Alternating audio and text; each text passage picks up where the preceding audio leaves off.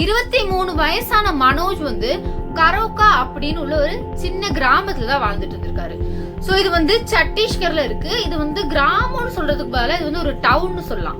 ஏன்னா அங்க உள்ள ஆளுங்க எல்லாம் சின்ன சின்ன வேலை பிசினஸ் அந்த மாதிரி தான் பண்ணிட்டு இருந்திருக்காங்க. சோ ஷாப்பிங் காம்ப்ளெக்ஸ் கடை இந்த மாதிரி கொஞ்சம் டவுன் மாதிரி உள்ள ஒரு செட்டப் தான் அந்த வில்லேஜ். இந்த வில்லேஜ்ல தான் இந்த மனோஜ் வந்து வளர்ந்துருக்காங்க. ஒரு நாள் மனோஜ் வந்து இவங்க அம்மா கிட்ட சொல்றாங்க, இப்படி நான் வந்து எக்ஸாம் எழுத டவுன் வர போறேன், சோ போயிட்டு வரேன் அப்படின்னு சொல்லி வீட்டுல இருந்து மனோஜ் இறங்கிருக்காங்க. போன மனோஜ் வந்து திரும்பி வரவே இல்லை. அவங்க அம்மாக்கு என்ன பண்றதுன்னே தெரியல. சோ எல்லாத்துக்கிட்டையும் கேக்குறாங்க, பக்கத்துல உள்ள நெய்பர்ஸ் கிட்ட கேக்குறாங்க, என் பையனை பாத்தீங்களா அப்படி இப்படின்னு சொல்லி. லாஸ்ட்ல யாருக்குமே தெரியல. சோ போலீஸ் கிட்ட போய் கம்ப்ளைண்டும் பண்றாங்க. சோ கம்ப்ளைண்ட் பண்ணதுக்கு அப்புறம் ஜூன் 23, 2007 வந்து மனோஜோடையும் இன்னொரு பொண்ணோட உடம்ப வந்து ஒரு பக்கத்துல கால்வாய் கிட்ட இருந்து அவங்க பாடி எடுக்கிறாங்க.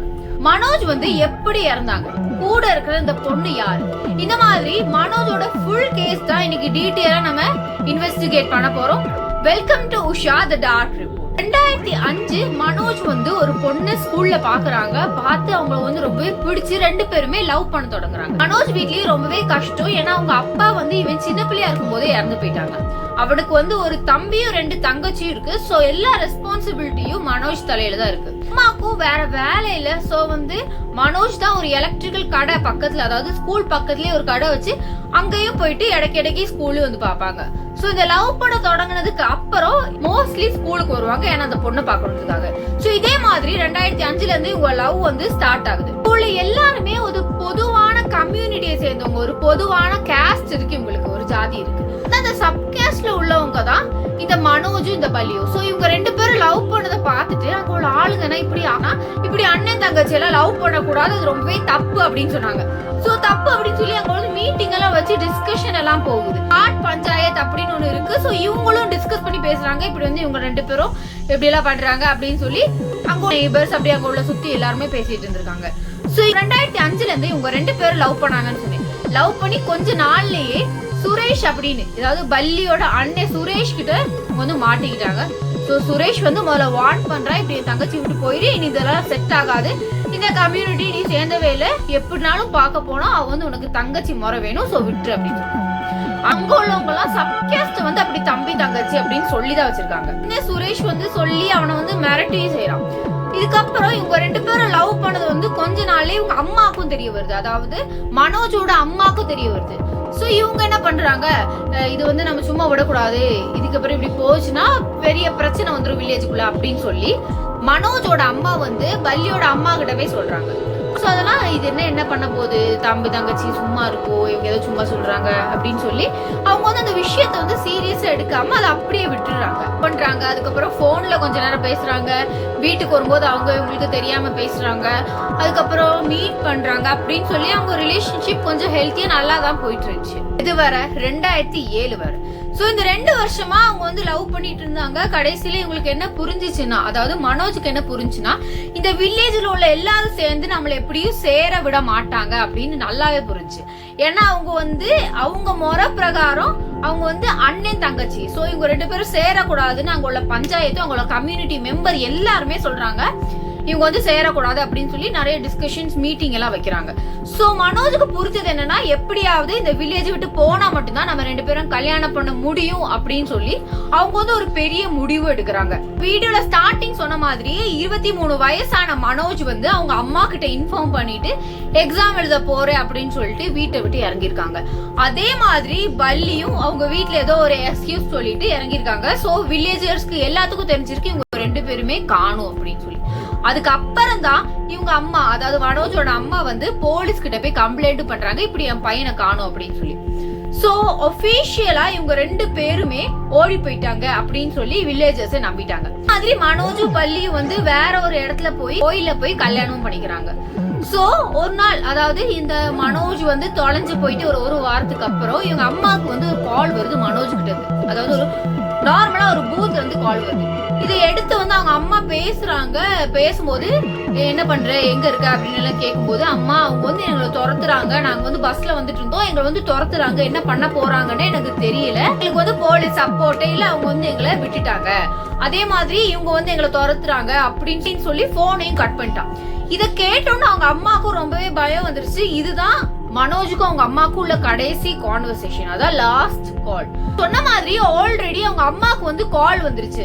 சோ கால் வந்ததுக்கு அப்புறம் இவன் போனும் கட் பண்ணிருக்கான். அந்த பஸ்ல போயிட்டு இருக்கிற சமயம் தான் இவங்க வந்து பின் தொடர்ந்து வந்திருக்காங்க.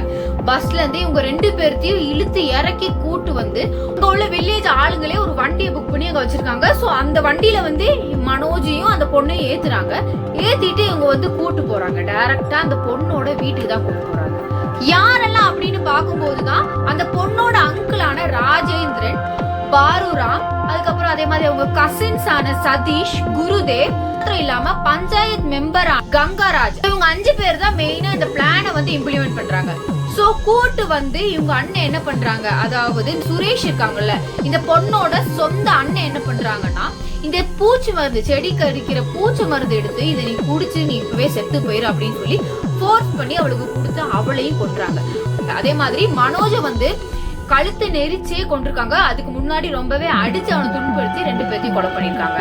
கொலை பண்ணி அவங்க பாடி எங்க டிஸ்போஸ் பண்ணிருக்காங்கன்னா, பக்கத்துல உள்ள ஒரு கால்வாயில வந்து இவங்க 2 பேரும் பாடியை வந்து ஒரு சாக்குல கெட்டி அதுல வெயிட்டும் கெட்டி கீழே போட்டிருக்காங்க. அது வந்து ஜூன் 23, 2007 வந்து இவங்களோட பாடியை திருப்பி எடுக்கவே செய்யறாங்க. அதுக்கப்புறம் தான் இவங்களுக்கு தெரியுது இப்படிதான் இவங்க வந்து கொலை பண்ணிருக்காங்க அப்படின்னு சொல்லி. அதுக்கப்புறம் ஃபர்தரா போலீஸ் இன்வெஸ்டிகேட் பண்ணி தான் இவங்க 5 பேர் தான் மெயின் கல்பிரேட்ஸ். இவங்க 5 பேரும் பிளான் பண்ணி தான் இதெல்லாம் எக்ஸிக்யூட் பண்ணிருக்காங்கன்னு சொல்லியிருக்காங்க. சோ சதீஷ், அதாவது கசினான சதீஷ்க்கும் கங்காராஜுக்கும் ரொம்ப எவிடன்ஸ் இல்லாதனால, அதாவது அவங்க பண்ண எவிடன்ஸ் இல்லாதனால அவங்கள வந்து விடுவிக்கிறாங்க. அதே மாதிரி பேலன்ஸ் உள்ள 3 பேர், பொண்ணோட சொந்த அண்ணனான சுரேஷையும் அந்த பொண்ணோட அங்கிளான ராஜேந்திரன், அது மாத்திரம் இல்லாம பாபுராம், இவங்க 3 பேர்த்தையுமே இந்த போலீஸ் வந்து கோர்ட்டு கொண்டு போறாங்க. சோ கோர்ட்ல வந்து லாஸ்ட்ல இவங்களுக்கு வந்து டெத் பெனாலிட்டி கொடுக்குறாங்க. அதாவது 5 வருஷம் தான் இவங்களுக்கு கொடுத்துருக்காங்க. 5 வருஷத்துக்கு அப்புறம் இவங்களுக்கு தூக்கு தண்டனை கொடுக்கறதா இருந்திருக்காங்க. ஆனா 2017 திருப்பி இவங்க போயிருக்காங்க. சோ ஃபைனல் டிசிஷன் என்ன சொல்லிருக்காங்கன்னா, இவங்க வந்து ஃபுல்லாவே ஜெயில தான் இருக்கணும், இவங்களுக்கு டெத் பெனாலிட்டி அப்படின்னு ஒண்ணு இல்லவே இல்லை. இதுக்கு முன்னாடி கோர்ட்ல வந்து 5 வருஷத்துல இவங்களுக்கு வந்து தூக்கு தண்டனை கொடுக்கணும் அப்படின்னு சொன்னாங்க. 2011 அது இல்ல, இவங்க ஃபுல்லாவே ஜெயில இருக்கணும் அப்படின்னு சொல்லி கோர்ட்டும் சொல்லியிருக்கு. மாத்திரம் இல்ல, இந்த கேஸ்ல வந்து ரொம்பவே கஷ்டப்பட்டிருக்கிறது அப்படின்னு சொன்னா மனோஜோட அம்மா தான். இந்த வில்லேஜர்ஸ் எல்லாத்தையும் மத்தியில இந்த மனோஜோட அம்மா வந்து இந்த கோர்ட்ல இந்த கேஸ கொண்டு போய் அதுல இவ்வளவு பேரை வந்து உள்படுத்தி இவங்களுக்கு வந்து தண்டனையும் வாங்கி கொடுக்கற இந்த மனோஜோட அம்மா தான் ரொம்பவே கஷ்டப்படுறாங்க. மனோஜோட அம்மா கூட அவங்க தங்கச்சி சீமா அப்படின்னு ஒருத்தவங்க இருந்தாங்க. சோ இவங்க 2 பேருமே, இந்த 2 பேருமே இப்ப வரையும், அதாவது இந்த நேரம் வரையும் அவங்க வீட்டுக்கு முன்னாடி போலீஸ் கார்ட்ஸ் வந்து வில்லேஜர்ஸ் கிட்ட இருந்து ப்ரொடெக்ட் பண்ண இருக்காங்க அப்படின்னு சொல்லி டாக் இருக்கு. ஆனா அது எவ்வளவு உண்மை அப்படின்னு தெரியாது. சோ எவிடன்ஸ்க்காக இந்த போலீஸ் கலெக்ட் பண்ண இன்னொரு 2 விஷயம் தான். அந்த மனோஜ வந்து இவங்க தரன்னு இழுத்துட்டு வந்திருக்காங்க. இழுத்ததுல மனோஜோட ஃபர்ஸ்ட் உள்ள 2 பட்டன், ஷர்ட் பட்டன் வந்து அங்க கீழே விழுந்திருக்கு. இந்த பொண்ணோட கொலுசும் அந்த இடத்துல வந்து போலீஸ் வந்து கண்டுபிடிச்சிருக்காங்க. சோ இந்த மாதிரி இந்த எவிடன்ஸ வச்சுதான் அவங்க தான் பண்ணிருக்காங்க அப்படின்னு சொல்லி ப்ரூவ் பண்ணிருக்காங்க. இது மாத்திரம் இல்லாம இன்னும் கொஞ்சம் எவிடன்ஸ் அவங்களுக்கு கிடைச்சிருக்கு. லாஸ்ட்ல அட்டாப்சி ரிப்போர்ட்ல வந்து மனோஜ் வந்து கழுத்து நெரிக்கப்பட்டு தான் செத்துருக்காரு அப்படின்னு சொல்லியும், அதே மாதிரி இந்த பொண்ணு வந்து பூச்சி மருந்து சாப்பிட்டு தான் இறந்து போயிருக்குன்னு ரிப்போர்ட்ல வந்திருக்கு. மொத்தம் 6 பேர் இந்த கொலையில வந்து உள்படுத்திருக்காங்க. மதீப் சிங் அப்படின்னு ஒருத்தர் இருக்காரு. சோ இவர் தான் அந்த வண்டியை வந்து ஓட்டிட்டு இருக்காரு. அதாவது அந்த பஸ்ல இருந்து இவங்க 2 பேர்த்தையும் இழுத்துட்டு வந்ததுக்கு அப்புறம் இவங்க ஹையர் பண்ண ஒரு ஆள் தான் இந்த மதீப் சிங். சோ இவருக்கு வந்து 7 வருஷம் ஜெயில் தண்டனை. இவர் வந்து இப்ப முடிச்சுட்டு வந்துட்டாரு. ஆனா பாக்கி உள்ள எல்லாருமே இன்னும் ஜெயில தான் இருக்காங்க. அது மாத்திரம் இல்லாம இந்த கங்காராஜ், அதாவது இந்த பஞ்சாயத்து மெம்பர், மெயின் மெம்பரான அவரும், இந்த கசினான சதீஷும் இப்ப வந்து அந்த இதுல எவிடன்ஸ் இல்லாம இவங்க வந்து தப்பிச்சிட்டாங்க அந்த கேஸ்ல இருந்து. அதான் உண்மைன்னு நமக்கு தெரிஞ்சாலும் அதை வந்து ப்ரூஃப் இல்லாதனால அவங்க 2 பேருமே தப்பிச்சிட்டாங்க. வந்து 20 வருஷத்துக்கு முன்னாடி நடந்தது தானே அப்படின்னு நீங்க சொல்லலாம். ஆனா இப்பவும்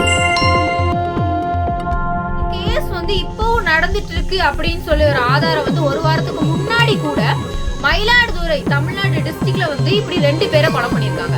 19 வயசான பார்த்திபன், அதே மாதிரி மைனரான 17 வயசான இன்னொரு பொண்ணு லவ் பண்ணிட்டு இருந்திருக்காங்க. இது வந்து அவங்க பேரண்ட்ஸுக்கு தெரிய வருது. சோ முதல்ல இந்த பொண்ணு வீட்டுல இந்த பையன் கிட்ட சொல்லியிருக்காங்க, பையன் கிட்ட பேசி பார்த்திருக்காங்க, இப்படி எல்லாம் பண்றது நிறுத்திரு, இது இந்த லெவலா செட் ஆகுது அப்படின்னு சொல்லியிருக்காங்க. ஏன்னா இவங்க 2 பேருமே வேற வேற கேஸ்ட். அந்த பொண்ணு வந்து கொஞ்சம் மேல் ஜாதியும் இந்த பையன் வந்து கொஞ்சம் கீழ் ஜாதியும். சோ அதே மாதிரி இந்த பொண்ணு வீட்டுல இருந்து திருப்பி இந்த பையன் கிட்ட வந்து முதல்ல பேசுனதுனால அது இந்த பையன் வீட்டுக்காரங்களும் சும்மா இல்லாம அந்த பொண்ணு வீட்டுக்கு போய் அவங்களோட வண்டியெல்லாம் அடிச்சு உடைச்சிருக்காங்க. சோ இந்த மாதிரி சண்டை நடந்துட்டு இருந்து 2-3 நாளுக்கு அப்புறம் இவங்க 2 பேருமே காணும். என்னடா அவங்க 2 பேர்த்தையும் காணும் அப்படின்னு சொல்லி இந்த பையன் வீட்டுல இருந்து கம்ப்ளைண்ட் போயிருக்கு போலீஸ் கிட்ட. இப்படி இன்வெஸ்டிகேட் பண்ணும்போது அவங்க 2 பேரும் பாடியை வந்து அவங்க வீட்டு பக்கத்துல இருந்து வேற ஒரு குடிசை மாதிரி உள்ள இடத்துல இருந்து அந்த 2 பேர் பாடி எடுக்கிறாங்க. சோ லேட்டரா இன்வெஸ்டிகேட் பண்ணும்போது தான் தெரிஞ்சிருக்கு ஜாதி வெறினால அவங்க அப்பா, அதாவது அந்த பொண்ணோட அப்பாவே இந்த பொண்ணையும் அந்த பையனையும் சேர்த்து கொலை பண்ணியிருக்காங்க.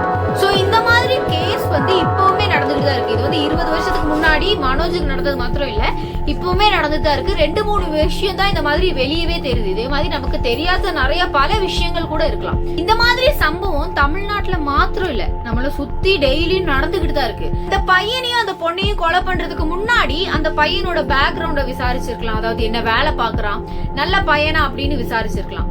அதை விட்டுட்டு இவங்க ஜாதி தான் முக்கியம் அப்படின்னு சொல்லி தன்னோட குழந்தையே அவங்க வந்து கொலை பண்ணிருக்காங்க. மாதிரி கிரைம் ரிலேட்டட் வீடியோக்கு நம்ம சேனலை சப்ஸ்கிரைப் பண்ணுங்க. தேங்க்யூ.